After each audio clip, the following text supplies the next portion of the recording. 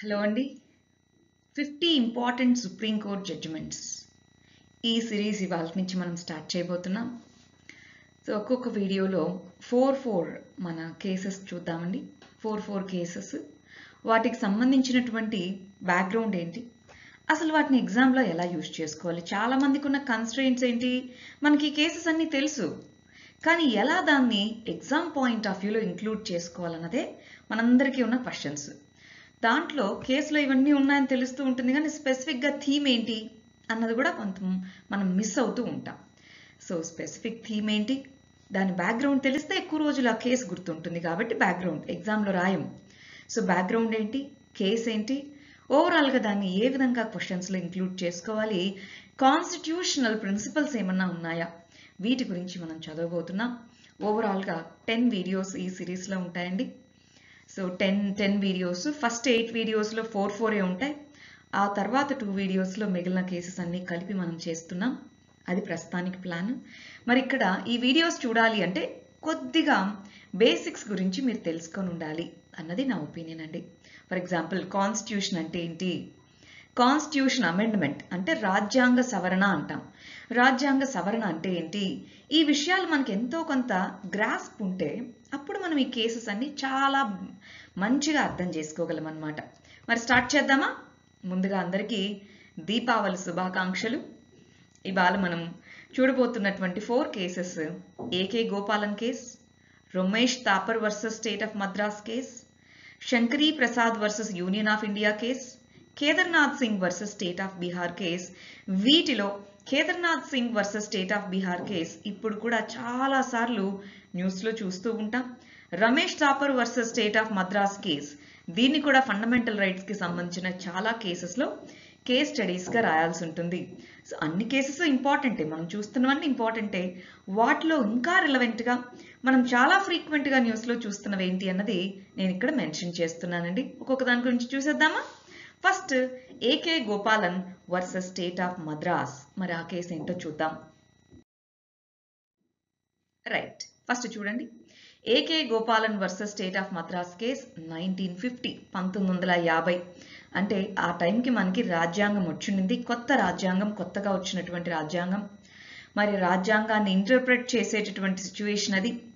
So అలాంటి టైంలో అసలు దేనికోసం ఈ కేసు వచ్చింది, అసలు ఏంటి, బ్యాక్గ్రౌండ్ ఏంటో చూద్దామండి. అది తెలిస్తే చాలా బెటర్గా మనం అర్థం చేసుకోగలం. ఫస్ట్ బ్యాక్గ్రౌండ్ ఏంటి అంటే, ఏకే గోపాలన్ అనే వ్యక్తి కమ్యూనిస్ట్ లీడర్ అన్నమాట. సో ఇతను కమ్యూనిస్ట్ భావాలు వీటికి సంబంధించి మరి అక్కడ ప్రజలందరినీ రెచ్చగొడుతున్నారు అని చెప్పి ఇండిపెండెన్స్ రాగానే 1947 ఈ టైంలోనే అతన్ని అరెస్ట్ చేసుంటారు, ఏకే గోపాలన్ని. మళ్ళీ 1950లో రిలీజ్ చేస్తారు.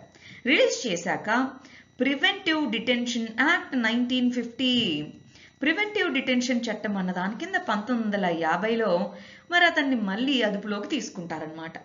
అప్పుడు సుప్రీంకోర్టుకి కేసు వెళ్తుంది. ఏమని, ఇదిగో ప్రివెంటివ్ డిటెన్షన్ అంటున్నారు కదా, ఈ ప్రివెంటివ్ డిటెన్షన్ చట్టంలో ఉన్న ప్రొవిజన్స్ మనకి ఆర్టికల్ 21 అంటే right to life and liberty, article 21కి ఎగెయినిస్ట్గా ఉన్నాయి అని చెప్పి ఏకే గోపాలన్ కేసులో సుప్రీంకోర్టుకు వెళ్తారు. అప్పుడు సుప్రీంకోర్టు ఏం చెప్తుంది అన్నదే దీని యొక్క జడ్జిమెంట్ అనమాట. వీళ్ళు సుప్రీంకోర్టుకి వెళ్తూ ఏం చెప్పారంటే, ఇదిగో 4 ఆర్టికల్స్ ఈ పర్టికులర్ కేసులో వైలేట్ అవుతున్నాయి. మన రాజ్యాంగంలో ఫండమెంటల్ రైట్స్లో ఏమని చెప్పారు, ఫండమెంటల్ రైట్స్ అంటే ప్రాథమిక హక్కులు అని చెప్పారు. ప్రాథమిక హక్కుల్లో ఉన్న 4 హక్కులు ఇక్కడ వైలేట్ అవుతున్నాయి అన్నారు. ఒకటి ఆర్టికల్ 13. ఆర్టికల్ 13 ఏం చెప్తుంది, రాజ్యాంగంలో ఫండమెంటల్ రైట్స్ ప్రాథమిక హక్కులు పార్ట్ 3లో ఉండేటటువంటి ప్రాథమిక హక్కుల్లో ఏది వైలేట్ అయినా సరే వాటిని కోర్టు వ్యవస్థ ద్వారా నల్ అండ్ వాయిడ్ చేయొచ్చు, వాటిని రాజ్యాంగ విరుద్ధంగా చేయొచ్చు, జ్యుడిషియల్ రివ్యూ అన్న దాని ద్వారా అన్నది ఆర్టికల్ 13లో చెప్పింది. ఆర్టికల్ 19 ఏంటి, freedom of speech and expression, freedom of speech and expression, freedom of movement, ఇవన్నీ కూడా ఆర్టికల్ 19(1)(a)లో ఉన్నాయి. ఆర్టికల్ 19(1)(a)లో freedom of speech and expression, ఇలాగా ఓవరాల్గా ఆర్టికల్ 19(1)లో ఫ్రీడమ్ రైట్స్ ఉన్నాయి. ఆర్టికల్ 21లో right to life and liberty, life and liberty. So life and లిబర్టీకి ఎట్టి పరిస్థితుల్లో వైలేషన్ జరగకూడదు, ఎక్సెప్ట్ ఒక చట్టం ద్వారా గవర్నమెంట్ ఏదన్నా చట్టం తీసుకొని వచ్చుంటే చట్టం ద్వారా కాకుండా ఇంకే విధంగానూ రైట్ టు లైఫ్ అండ్ లిబర్టీకి వైలేషన్ జరగకూడదు అన్నది ఆర్టికల్ 21. ఆర్టికల్ 22లో arbitrary arrest and detention, arrest detention ఇష్టం వచ్చినట్టుగా కాదు, ఒక ప్రాసెస్ ఉండాలి అని చెప్పింది ఆర్టికల్ 22. సో ఈ 3 వైలేట్ అయ్యాయి అని చెప్పి ఏకే గోపాలన్ కేసులో వీళ్ళు సుప్రీంకోర్టుకు వెళ్తారు. సుప్రీంకోర్టు ఏమంటుంది అంటే, ఇదిగో ఆర్టికల్ 21లో ఏం చెప్పింది, right to life and liberty ఇచ్చారు, కాదనట్లేదు, కానీ ఆ రైట్ టు లైఫ్ అండ్ లిబర్టీని ప్రొసీజర్ ఎస్టాబ్లిష్డ్ బై లా, ఒక చట్టం ద్వారా ఏర్పడినటువంటి ప్రొసీజర్తో తీసివేయవచ్చు. అంటే ఇప్పుడు ఒక పర్సన్ క్రైమ్ చేశారండి, వెళ్ళి ఇదిగో ఆర్టికల్ 21 కింద నాకు right to life and Liberty ఉంది అని చెప్పి వెళ్ళిపోతే అలా కాదు కదా, మనకంటూ ఒక చట్టం ఉంది, ఆ చట్టం ప్రకారం ఒక ప్రొసీజర్ పెట్టబడింది, ఆ ప్రొసీజర్ ప్రకారమే ఈ లైఫ్ అండ్ లిబర్టీని చట్టం తన చేతిలోకి తీసుకోవచ్చు అన్నదే ఆర్టికల్ 21. సో అప్పుడు ఏమన్నారంటే ఈ కేసులో, ఇదిగో అమెరికన్ రాజ్యాంగంలో రైట్ టు లైఫ్ అండ్ లిబర్టీలో డ్యూ ప్రాసెస్ అని చెప్పారు కదా, అంటే అసలు ఆ చట్టంలో ఉన్న ప్రొవిజన్సే కాన్స్టిట్యూషనల్గా వ్యాలిడా కాదా, డ్యూ ప్రాసెస్ అని చెప్పారు కదా, అది చూడొచ్చు కదా అన్నారు. అప్పుడు సుప్రీంకోర్టు కాదండి, డ్యూ ప్రాసెస్ చాలా వేగ్గా ఉంది, అది కాదు, ప్రొసీజర్ ఎస్టాబ్లిష్డ్ బై లా, చట్టం ద్వారా ఏదైతే ప్రొసీజర్ ఎస్టాబ్లిష్ చేయబడిందో, పార్లమెంట్ ఏర్పాటు చేసిన చట్టము ద్వారా ఏదైతే ప్రొసీజర్ ఎస్టాబ్లిష్ చేయబడిందో దాని ప్రకారం లైఫ్ అండ్ లిబర్టీని తీసివేయొచ్చు. సో డ్యూ ప్రాసెస్ కంటే కూడా ప్రొసీజర్ ఎస్టాబ్లిష్డ్ బై లాకి ప్రయారిటీ ఇస్తున్నాము. సో ఈ విధంగా ప్రివెంటివ్ డిటెన్షన్ అన్నటువంటిది ఆర్టికల్ 22 కింద వ్యాలిడే, ఆర్టికల్ 21 ఏం వైలేట్ చేయట్లేదు. ఆర్టికల్ 19 అంటారా, ఆ వ్యక్తిని డీటైన్ చేసింది ఆ వ్యక్తి ఎక్కడికి వెళ్లకుండా ఉండడం అని కాదు, ఆ వ్యక్తి యొక్క ఫ్రీడమ్ రైట్స్ని హరించడానికి అతన్ని అరెస్ట్ చేయలేదు, అతన్ని డీటైన్ చేయలేదు, ఆ వ్యక్తి చేయబడినటువంటి యాక్టివిటీస్ వాటిని దృష్టిలో పెట్టుకొని చేశారు. సో అందువల్ల ప్రివెంటివ్ డిటెన్షన్ అన్నటువంటిది మరి ఓవరాల్గా ప్రివెంటివ్ డిటెన్షన్ అనేది చెల్లుబాటు అవుతుంది. ఆర్టికల్ 13 ప్రకారం కూడా ఇది ఫండమెంటల్ రైట్స్ని ఏమి వైలేట్ చేయట్లేదు కాబట్టి సో ఆ డిటెన్షన్ని మేము అప్హోల్డ్ ఆ డిటెన్షన్ ఏదైతే ఉందో సో అతనికి గ్రౌండ్స్ చెప్పాలి, ఎందుకు డీటైన్ చేస్తున్నామని చెప్పి డీటైన్ చేయొచ్చు, అంతేగాని ఆ చట్టము వరకు అయితే అది ఏమీ ఇబ్బంది కలిగించట్లేదు. బట్ చట్ట ప్రకారం చట్టబద్ధంగా ప్రొసీజర్ ఎస్టాబ్లిష్డ్ బై లా ప్రకారం ఒక వ్యక్తి యొక్క జీవించే హక్కు రైట్ టు లైఫ్ అండ్ లిబర్టీని తీసివేయవచ్చు అన్నారు. అంటే ఏకే గోపాలన్ కేసులో ఏం చెప్పబడింది, ఓవరాల్గా యూకే నుంచి తీసుకోబడినటువంటి procedure established by law step 1, step 2, 3, 4 ఈ స్టెప్స్ అన్ని ఫాలో అవుతూ వీటి ప్రకారం అరెస్ట్ డీటైన్ చేస్తే అదేమి రైట్ టు లైఫ్ అండ్ లిబర్టీకి అగెనిస్ట్ కాదు. డ్యూ ప్రాసెస్ ఆఫ్ లా అంటే ఏంటి, అసలు ఈ చట్టం అనేదే కరెక్టా అని చూడటం due process of law. So మనము ఇది కాదు, మన రాజ్యాంగంలో ఆర్టికల్ 21 అన్నటువంటిది డ్యూ ప్రాసెస్ ఆఫ్ లాని అప్హోల్డ్ చేస్తుంది. అది ఎక్కడ చెప్పబడిందండి, ఏకే గోపాలన్ కేసులో చెప్పబడినటువంటి ఫైనల్ విషయం ఏంటి, ఆర్టికల్ 21 అన్నది డ్యూ ప్రాసెస్ ఆఫ్ లా కంటే ప్రొసీజర్ ఎస్టాబ్లిష్డ్ బై లాని అప్హోల్డ్ చేస్తుంది అని చెప్పారు. ఆ తర్వాత వచ్చిన మనేకా గాంధీ అన్న కేసు, అది మనం తర్వాత చూద్దాం. మనేకా గాంధీ అన్న కేసులో లేదు, Indian constitution due process of లా గురించి కూడా చెప్తుంది అని చెప్పడం జరిగింది. బట్ 1950లో మరి ఈ కేసు ఏదైతే ఉందో AK Gopalan versus state of Madras, ఈ కేసులో దేన్ని అప్హోల్డ్ చేయడం జరిగిందండి, ప్రొసీజర్ ఎస్టాబ్లిష్డ్ బై లాని అప్హోల్డ్ చేయడం జరిగింది. ఇది ఏకే గోపాలన్ కేసు. క్లారిటీ వచ్చేసినట్టేనా, ఏకే గోపాలన్ కేసు అంటే ఏంటి, ప్రొసీజర్ ఎస్టాబ్లిష్డ్ బై లా అనేదే ఆర్టికల్ 21 చెప్తుంది. అంటే ఆర్టికల్ 21 చట్టం ఏదైతే ఉందో ఆ ప్రకారం ఫాలో అయితే ఏమి ఇంటర్ఫియర్ అవ్వదు, చట్టాన్ని ఇంటర్ప్రెట్ చేసే అంత బ్రాడ్ హక్కు ఆర్టికల్ 21 కింద లేదు. అంటే ఆర్టికల్ 21ని చాలా నారో వ్యూ పాయింట్ నుంచి చూడడం జరిగింది దేంట్లో, ఏకే గోపాలన్ అన్న కేసులో. అది ఫస్ట్ ఇంపార్టెంట్ సుప్రీంకోర్టు జడ్జిమెంట్ అండి.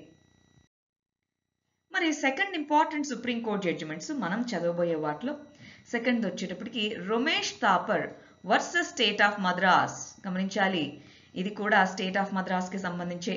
మనకి హిస్టారికల్గా మీకు పోస్ట్ ఇండిపెండెంట్ ఇండియా గురించి ఒకవేళ ఐడియా ఉండుంటే, ఇండిపెండెన్స్ వచ్చిన తర్వాత చాలా కమ్యూనిస్ట్ లీడర్స్ వీళ్ళు యాక్టివ్గా ఉన్నారు అన్ని ప్రాంతాల్లో. వాటిలో ఈ మద్రాస్ ప్రావిన్స్ అనేటటువంటిది ఒకానొక టైంలో మాకంటూ ఇండిపెండెంట్ కంట్రీయే కావాలి అని అడిగిన పరిస్థితులు కూడా మనకు ఉన్నాయన్నమాట. అలాంటి కంటెక్స్లో ఈ రమేష్ థాపర్ అనే వ్యక్తి, ఈ వ్యక్తి కూడా కమ్యూనిస్ట్ లీడరే. అయితే ఈ వ్యక్తి ఏం చేస్తారంటే తన యొక్క ఇంగ్లీష్ జర్నల్, వీక్లీ రిలీజ్ చేసేటటువంటి జర్నల్ ఏదైతే ఉందో పత్రిక, సో ఆ పత్రికలో మరి గవర్నమెంట్కి అగెయినెస్ట్గా రాయడం మొదలుపెట్టారు. చాలా గవర్నమెంట్ని క్రిటిసైజ్ చేస్తూ, ఓవరాల్ గవర్నమెంట్ పాలసీస్ని క్రిటిసైజ్ చేస్తూ రాయడం మొదలుపెట్టారనమాట. దాంతో గవర్నమెంట్, అక్కడున్న మద్రాస్ స్టేట్ గవర్నమెంట్ ఏం చేసిందంటే Madras maintenance of public order చట్టము అనే దాని కింద ఆ వీక్లీ మ్యాగజైన్ ఏదైతే ఉందో దాన్ని సర్క్యులేట్ అవ్వకుండా, ఆ స్టేట్లో ఎక్కడా కూడా దాన్ని సేల్ చేయకుండా బ్యాన్ చేయడం జరిగింది. అది సర్క్యులేట్ అవ్వకుండా దాని మీద బ్యాన్ చేయడం జరిగింది. దాంతో రమేష్ థాపర్ ఏం చేశారు, సుప్రీంకోర్టుని ఆశ్రయించారనమాట. ఏమని, ఇదిగో మనకి రాజ్యాంగంలో పార్ట్ 3 ఫండమెంటల్ రైట్స్లో ఏమనుంది, freedom of speech and expression అని ఉంది కదా. ఇప్పుడు నేను అనుకున్నటువంటి నా భావాలని ఈ పత్రిక ద్వారా, ఈ వీక్లీ పత్రిక ద్వారా నేను వ్యక్తపరుస్తున్నాను. మరి అలాంటప్పుడు ఈ Madras maintenance of public order చట్టం కింద సో మా వీక్లీ పేపర్ని సర్క్యులేట్ అవ్వనీయకుండా చేస్తున్నారు. మరి ఇది ఎంతవరకు రాజ్యాంగబద్ధము, ఆర్టికల్ 19(1)A మరి ఇది వైలేట్ చేస్తుంది కదా అన్నారు. అప్పుడు గవర్నమెంట్ ఏమందంటే, ఇదిగో అండి, ఎస్ వాళ్ళకి ఆర్టికల్ 19(1)A కింద freedom of speech and expression ఉంది, కానీ ఆర్టికల్ 19(2) కింద రీజనబుల్ రెస్ట్రిక్షన్స్ ఉన్నాయి. ఆర్టికల్ 19(1)Aలో ఉన్నటువంటి వాటిని రెస్ట్రిక్ట్ చేసేలాగా రీజనబుల్ రెస్ట్రిక్షన్స్ పెట్టుకునేటటువంటి బాధ్యత గవర్నమెంట్ది. ఎందుకంటే వాళ్ళు ఇష్టం వచ్చిన మాటలు వాళ్ళు రాస్తున్నారు, దానివల్ల చాలామంది డిస్క్రిమినేట్ చేయబడుతున్నారు, ప్లస్ ఇది చాలా మంది యొక్క మనోభావాలని దెబ్బతీస్తున్నాయి అని అన్నారనమాట. సో అప్పుడు సుప్రీంకోర్టు ఏమందంటే, ఇదిగో అయ్యా, నువ్వు రీజనబుల్ రెస్ట్రిక్షన్స్ అన్నావు, దాంట్లో పబ్లిక్ ఆర్డర్ అని ఎక్కడుంది? కాన్స్టిట్యూషన్లో పబ్లిక్ ఆర్డర్ అని ఎక్కడుంది? మనకి ఇప్పుడు ఆర్టికల్ 19(2) చూస్తే పబ్లిక్ ఆర్డర్ అనే పదం మనకు కనిపిస్తుందండి రీజనబుల్ రెస్ట్రిక్షన్స్లో. ఈ 1950 టైంకి లేదు అది. సో సుప్రీంకోర్టు అడిగింది, ఎక్కడుంది అసలు కది పబ్లిక్ ఆర్డర్ అనేది? సో మీరు ఈ విధంగా ఆ వ్యక్తి యొక్క స్వేచ్ఛా హక్కు ఆర్టికల్ 19(1)A హరించడం అన్నది కరెక్ట్ కాదు. సో ఫ్రీడమ్ ఆఫ్ ప్రెస్ అనేటటువంటిది, ప్రీ సెన్సార్షిప్ అనేటటువంటిది కరెక్ట్ కాదు. డెమోక్రటిక్ గవర్నమెంట్స్ ఈ విధంగా వాళ్ళ యొక్క ఫ్రీడమ్ ఆఫ్ స్పీచ్ని హరించడం కరెక్ట్ కాదు. అందుకని ఫ్రీడమ్ ఆఫ్ స్పీచ్ అండ్ ఎక్స్ప్రెషన్లో పార్ట్ ఫ్రీడమ్ ఆఫ్ ప్రెస్ కాబట్టి మేము ఏదైతే మీరు ఆ వ్యక్తి యొక్క జర్నల్ని స్టాప్ చేశారో దాన్ని అన్కాన్స్టిట్యూషనల్గా చెప్తున్నాము. మద్రాస్ మెయింటెనెన్స్ ఆఫ్ పబ్లిక్ ఆర్డర్లో ఉన్న ఒక సెక్షన్ ఏదైతే దీన్ని ప్రివెంట్ చేయడం జరిగిందో సర్క్యులేషన్ని, దాన్ని కొట్టివేస్తున్నాము. దాన్ని కొట్టివేస్తూ freedom of speech and expression అన్నటువంటిది డెమోక్రసీకి ఒక మూల స్తంభం లాంటిది, దాన్ని ఎట్టి పరిస్థితుల్లోనూ ప్రొటెక్ట్ చేయాలి అన్నారు. సో దాంతో మరి ఏం ఎస్టాబ్లిష్ చేయడం జరిగింది? ఓవరాల్గా Ramesh Thapar versus state of Madras case అనగానే మనం దేనికి ఎగ్జాంపుల్గా దీన్ని రాసుకోవాలి? Freedom of speech and expression అన్న కేసుకి దీన్ని ఎగ్జాంపుల్గా రాయాలి. రీసెంట్గా మీరు చూసే ఉంటారు, చాలా వార్తాపత్రికల మీద, చాలా వాటి మీద బ్యాన్ ఎప్పుడన్నా వేసినప్పుడు, లేదా డిజిటల్ మీడియా వీటి మీద ఏదైనా మరి గ్యాగ్ ఆర్డర్ అంటారు, అవి వేసినప్పుడు ఈ Ramesh Thapar versus state of Madras case అనేది రాస్తాం. అందుకే ఈ టాపిక్ స్టార్ట్ చేసే ముందే మీకు చెప్పాను, Ramesh Thapar versus state of Madras case చాలా క్లాసిక్ కేసు, చాలాసార్లు మనం న్యూస్ పేపర్లో వింటూ ఉంటాము అని. అది ఎందుకో ఇప్పుడు అర్థమైందా అందరికీ? Yes, Ramesh Thapar versus state of Madras అన్న case freedom of speech and expression అనేటటువంటిది ఒక డెమోక్రసీకి ఇంపార్టెంట్. అందుకని కాన్స్టిట్యూషన్లో ఉన్న ఆ రైట్ని, freedom of speech and expression 19(1)A protect చేసుకోవాలి అన్నారు. చూడండి, ఇక్కడ ఫ్రీడమ్ ఆఫ్ ప్రెస్ అన్నటువంటిది దేంట్లో పార్ట్ అని చెప్పారు? Freedom of speech and expression. ఇదే థీమ్ అండి. నేను మీరు గమనిస్తుంటే ఒక్కొక్క కేసుకి ఒక్కొక్క స్లైడ్ ఇలాంటి బొమ్మలాగా యాడ్ చేస్తున్నాను. ఈ థీమ్ మీకు గుర్తుంటే చాలు, దాన్నే మీరు ఎగ్జామ్లో మెయిన్స్ పాయింట్ ఆఫ్ వ్యూలో రాసుకోగలరనమాట. క్లియరా? ఫ్రీడమ్ ఆఫ్ ప్రెస్ అనేటటువంటిది freedom of speech and expression అన్నటువంటి దాంట్లో ఇంటిగ్రల్ పార్ట్ డెమోక్రసీ ప్రజాస్వామ్య వ్యవస్థకు అది ఇంపార్టెంట్ అన్నారు. ఆ తర్వాత ఆయన యొక్క జర్నల్, వీక్లీ జర్నల్ ఏదైతే ఉందో దాన్ని మళ్ళీ రన్ చేయడం మొదలుపెట్టారు. దాని తర్వాత గవర్నమెంట్ ఏం చేసింది? మొదటి రాజ్యాంగ సవరణ చట్టము, ఫస్ట్ కాన్స్టిట్యూషనల్ అమెండ్మెంట్ యాక్ట్ అనేది తీసుకొని వచ్చింది. ఈ ఫస్ట్ కాన్స్టిట్యూషనల్ అమెండ్మెంట్ యాక్ట్ లో చాలా ప్రొవిజన్స్ తీసుకొని వచ్చింది, రాజ్యాంగంలో మార్పులు. వాటిలో one of the changes article 19(2)లో ఇదిగో ఈ పబ్లిక్ ఆర్డర్ అనే పదాన్ని చేర్చడము. బాగా గమనించాలి. పబ్లిక్ ఆర్డర్ అనేది ఎక్కడుంది అని అడిగింది కదా సుప్రీంకోర్టు, అడిగావు కదా, ఇదిగో ఇప్పుడుంది చూడు అని మళ్ళీ వీటి మీద బ్యాన్ చేసేందుకు అనమాట. సో పబ్లిక్ ఆర్డర్ అని, సెక్యూరిటీ అని ఇలాంటి కొన్ని పదాలని ఆర్టికల్ 19(2)లో ఫ్రీడమ్ ఆఫ్ స్పీచ్కి, ఫ్రీడమ్స్కి మరి లిమిటేషన్స్ ఉన్నాయి అని చెప్పడానికి ఈ పబ్లిక్ ఆర్డర్, సెక్యూరిటీ వీటిని ఆర్టికల్ 19(2)లో యాడ్ చేశారు. దేని ద్వారా? మొదటి రాజ్యాంగ సవరణ చట్టం ద్వారా. మీకు తెలుసో లేదో, మొదటి రాజ్యాంగ సవరణ చట్టంలో చాలా మార్పులు తీసుకొచ్చారు. రైట్ టు ప్రాపర్టీకి సంబంధించి ఇంకా చాలా ఉన్నాయి, మనం చూద్దాం అవి. సరేనా? ప్రస్తుతానికి Ramesh Thapar versus state of Madras case అందరికీ క్లారిటీ వచ్చేసినట్టేనా? Very good. సో వీటికి సంబంధించి ఏమైనా క్వశ్చన్స్ వచ్చాయనుకోండి మీ మైండ్లో, కమెంట్స్లో టైప్ చేయండి. మనము నెక్స్ట్ క్లాస్లో కానీ లేదా కమెంట్స్లో కానీ నేను సాల్వ్ చేయడానికి ప్రయత్నిస్తాను. Next case, third important case, Shankari Prasad Singh case. Very important. దీన్నే ఫండమెంటల్ రైట్స్ కేస్ అని కూడా పిలుస్తూ ఉంటారు. ఫండమెంటల్ రైట్స్ కేస్ అని కూడా మనం దీన్ని పిలుస్తూ ఉంటాము. Shankari Prasad Dev versus union of India case అన్న దాంట్లో. సో ఏంటి ఇక్కడ, ఎందుకని ఈ కేసు వచ్చింది? బ్యాక్గ్రౌండ్ ఏంటి?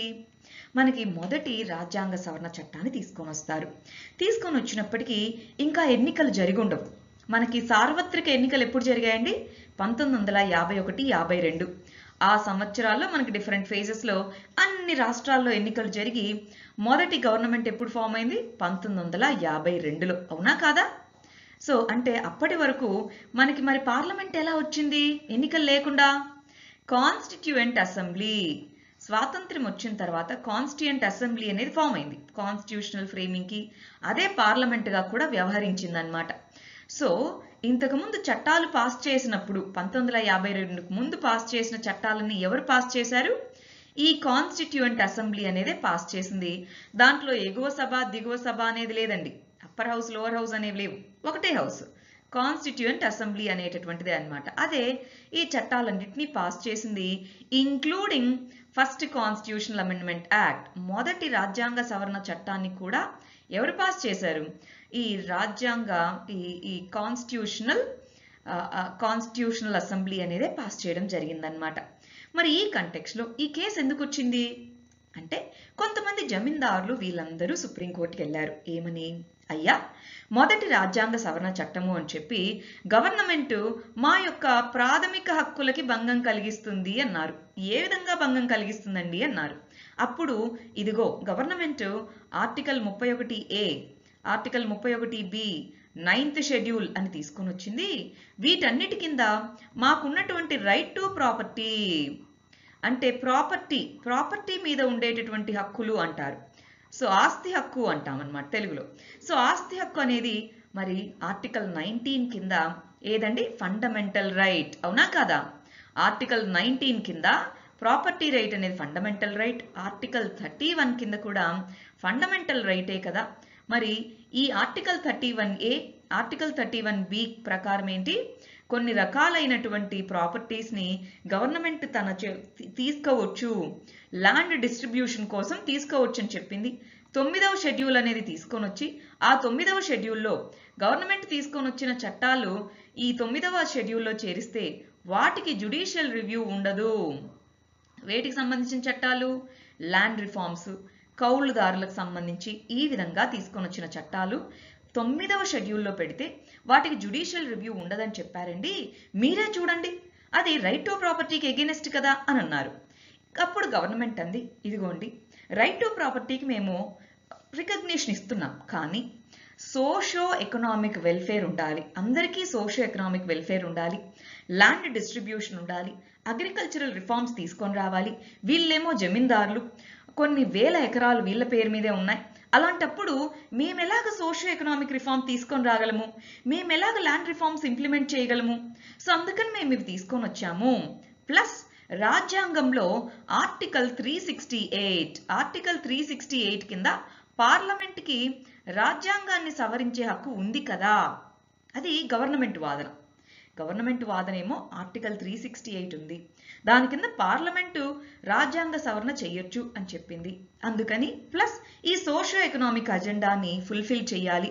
మరి ఫండమెంటల్ రైట్స్ అనేటటువంటి వాటిలో రైట్ టు ప్రాపర్టీ ఉంది.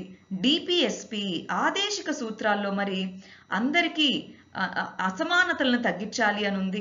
వెల్త్ ఒకచోటే కాన్సన్ట్రేట్ చేయకుండా చూసుకునే బాధ్యత గవర్నమెంట్ అని చెప్పింది కదా. మరి మేము దానికి కూడా ఇంపార్టెన్స్ ఇవ్వాలి కదా. అందుకని పార్లమెంట్కి ఆ హక్కు ఉంది కాబట్టి మేము రాజ్యాంగ సవరణ చేశామండి అని గవర్నమెంట్ చెప్పింది. అయితే వీళ్ళు ఎవరైతే శంకరీ ప్రసాద్ సింగ్ వీళ్ళు ఏం చేశారు, ఈ జమీందార్స్ వీళ్ళందరూ కలిసి అలా ఎలా అవుతుంది, అసలు పార్లమెంట్ ఏది ముందు చెప్పండి. పార్లమెంట్ అంటే దిగువ సభ ఎగువ సభ ఉండాలి కదా. ఇంకా పార్లమెంటే లేదు, ఓన్లీ ఇది కాన్స్టిట్యూయెంట్ అసెంబ్లీనే కదా. వీళ్ళలాగా మొదటి రాజ్యాంగ సవరణ చట్టాన్ని పాస్ చేస్తారు. ప్లస్ ఆర్టికల్ 13 ప్రకారం ఏమనుంది రాజ్యాంగంలో, ఫండమెంటల్ రైట్స్ని వైలేట్ చేసే విధంగా ఏ చట్టం వచ్చినా సరే అది నల్ అండ్ వాయిడ్ అవుతుంది అని ఉంది కదా. మరి ఆర్టికల్ 19లో రైట్ టు ప్రాపర్టీ ఉంది, ఆర్టికల్ 31లో రైట్ టు ప్రాపర్టీ ఉంది. అలాంటప్పుడు ఈ 31A 31B 9వ షెడ్యూల్ తీసుకొని రావడం అనేది ఏ విధంగా ఆర్టికల్ 13ని బలోపేతం చేస్తుంది, అది ఆర్టికల్ 13కి వైలేషన్ కదా అని వీళ్ళు అన్నారు. అప్పుడు సుప్రీంకోర్టు బాగా ఆలోచించి ఈ విషయం చెప్పింది.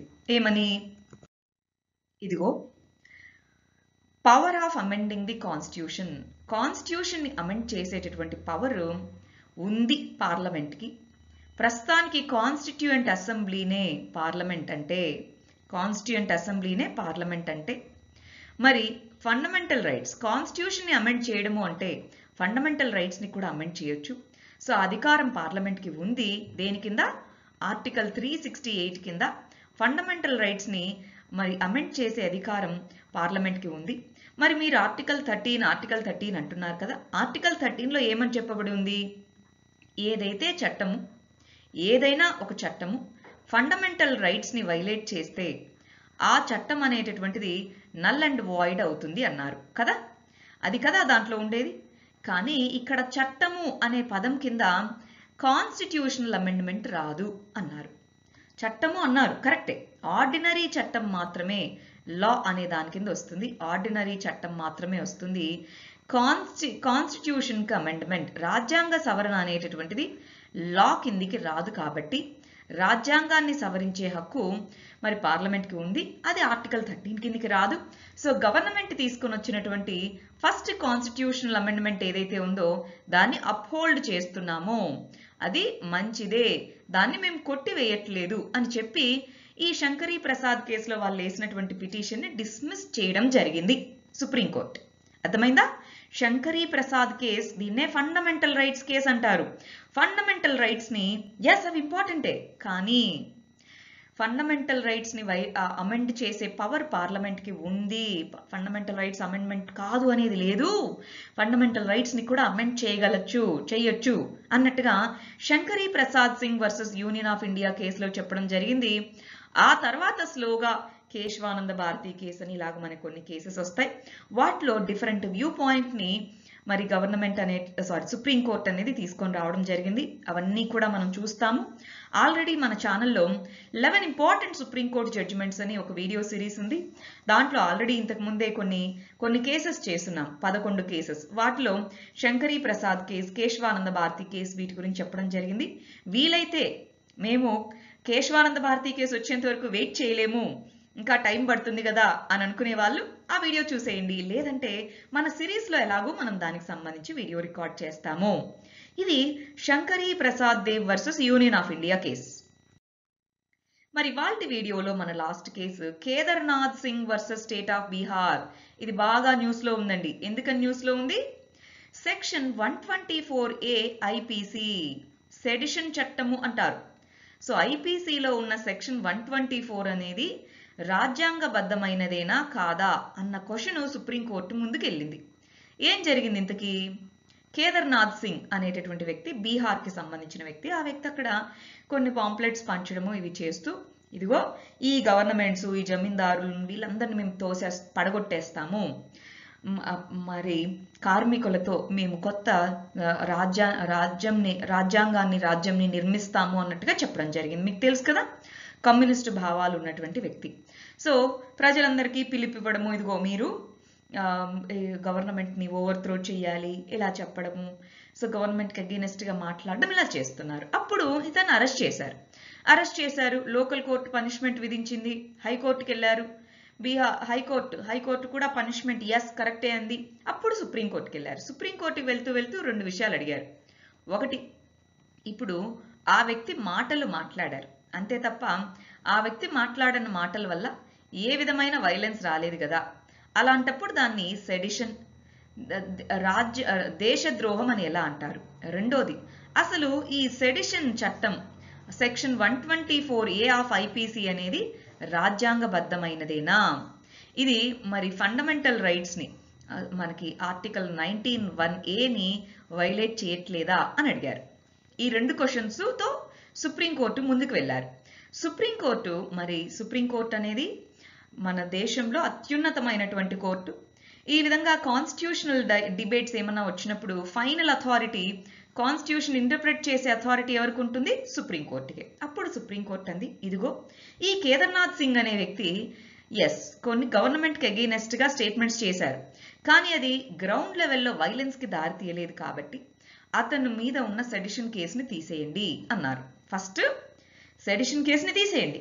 రెండోది, సెడిషన్ అనేది ఉండాలి, సెడిషన్ ప్రొవిజన్స్ ఉండాలి. ఎందుకంటే సెడిషన్ అనేది ఎప్పుడు వర్తిస్తుంది అంటే గవర్నమెంట్కి సంబంధించిన ఒక వ్యక్తిని, అంటే ప్రైమ్ మినిస్టర్ని తిట్టడమో, ఒక మినిస్టర్ని తిట్టడమో, ఒక ఎమ్మెల్యేని తిట్టడమో, లేదా ఒక సీఎంని తిట్టడం వల్ల సెడిషన్ రాదు. ఓవరాల్గా గవర్నమెంట్, చట్టబద్ధంగా ఏర్పడినటువంటి గవర్నమెంట్ని దాన్ని అగెయినెస్ట్గా, ఆ గవర్నమెంట్ మొత్తానికి అగెయినెస్ట్గా తిడుతూ వైలెన్స్ని క్రియేట్ చేసేలాగా ఉంటేనే అప్పుడే సెడిషన్ అనేటటువంటిది, రాజద్రోహం అని కూడా పిలుస్తారు, సెడిషన్ అనేది వర్తిస్తుంది. అంతేగాని ఏదో 4 మాటలు మాట్లాడినంత మాత్రాన సెడిషన్ కాదు అన్నారు. చాలా మంది సోషల్ యాక్టివిస్ట్ని సెడిషన్ ఛార్జెస్ కింద అరెస్ట్ చేస్తున్నారు. సో అప్పుడు మనము న్యూస్ పేపర్లో చూసింది ఇదే కేసు, గుర్తుందా మీకు? Kedarnath Singh versus state of Bihar అన్న కేసే చెప్తా ఉంటారు. ఎందుకని అంటే ఈ కేసులో సుప్రీంకోర్టు క్లియర్గా చెప్పింది, ఇదిగో వాళ్ళు చేసినటువంటిది వైలెన్స్కి దారి తీసిందా, అప్పుడే అది రియల్గా గ్రౌండ్ లెవెల్లో వైలెన్స్కి దారి తీయచ్చు, లేదా తీసింది అంటేనే సెడిషన్, అలా కాకుంటే కాదు. ప్లస్ ఒక పర్సన్ని, ఒక పార్టీని తిడితే సెడిషన్ కాదు, ఓవరాల్ గవర్నమెంట్ ఎస్టాబ్లిష్ చేయబడిన దాన్ని తిడితేనే, దాని మీద ప్రజలకు వ్యతిరేకత వచ్చేలాగా చేస్తేనే అప్పుడే దాన్ని సెడిషన్ అంటాము. సెడిషన్ అనే దాన్ని ఒక క్రైమ్గా ఉంచాలి. ఎందుకంటే అప్పుడున్నటువంటి టైంలో చెప్తున్నారు. సో అప్పుడున్నటువంటి టైంలో మరి గవర్నమెంట్ యొక్క స్టెబిలిటీకి అది ఇంపార్టెంట్. అందువల్ల సెడిషన్ అనేది ఉంచండి. సెడిషన్ అనేది రాజ్యాంగబద్ధమే. సెడిషన్ని తీసేయమని అడిగారు వాళ్ళు 2 ప్రొవిజన్స్లో. అసలు అతను చేసింది వైలెన్స్ కాదు కదా అన్నారు. సరే అతను వదిలిపెట్టేయండి, కానీ సెడిషన్ అనేది మాత్రం ఉండాల్సిందే రాజ్యాంగంలో. ఎందుకంటే స్టెబిలిటీ ఆఫ్ ద స్టేట్ ఉండాలి కాబట్టి ఈ ఫ్రేజ్ గుర్తుపెట్టుకోవాలి, ఆన్సర్ రాసేటప్పుడు అది ఉపయోగించాలి. సరే ఇక్కడ చూడండి, సెక్షన్ 124A కింద సెడిషన్ ఎప్పుడవుతుంది? గవర్నమెంట్ ఎస్టాబ్లిష్డ్ బై లా, దీనికి అగెయినెస్ట్గా డిస్అఫెక్షన్ని క్రియేట్ చేసి వైలెన్స్ని క్రియేట్ చేస్తేనే మనం దాన్ని సెడిషన్ అని పిలుస్తామన్నది Kedarnath Singh versus state of Bihar కేసులో క్లియర్ కట్గా చెప్పబడినటువంటి విషయం. రైట్? సో ఇవి మన 4 ఇంపార్టెంట్ కేసెస్. ఇవాళ మనం చదివిన 4 ఇంపార్టెంట్ కేసెస్. మళ్ళీ రేపు ఇంకొక 4 ఇంపార్టెంట్ కేసెస్ చూద్దాం. ఇలాగా ఓవరాల్గా మనకి 50 కేసెస్ మనం కంప్లీట్ చేయబోతున్నామండి. నీట్గా రివిజన్ చేసుకుంటూ ఉండండి. వీటికి సంబంధించిన PDF మీకు ఈ వీడియో డిస్క్రిప్షన్లో అవైలబుల్గా ఉంది. ఆ PDF కూడా మీరు చూసుకుంటూ ఉండొచ్చు. పాలిటీ ఆన్సర్స్కి చాలా యూజ్ అవుతాయి. మీ కరెంట్ అఫైర్స్ అండర్స్టాండింగ్కి ఇవి మీకు చాలా యూజ్ అవుతాయని అనుకుంటున్నాను. సో మీ వ్యూస్ కానీ, డౌట్స్ కానీ, క్వశ్చన్స్ కానీ, క్వరీస్ కానీ ఏమైనా ఉంటే కమెంట్ సెక్షన్లో పెట్టండి. Thank you very much. All the very best. Thank you.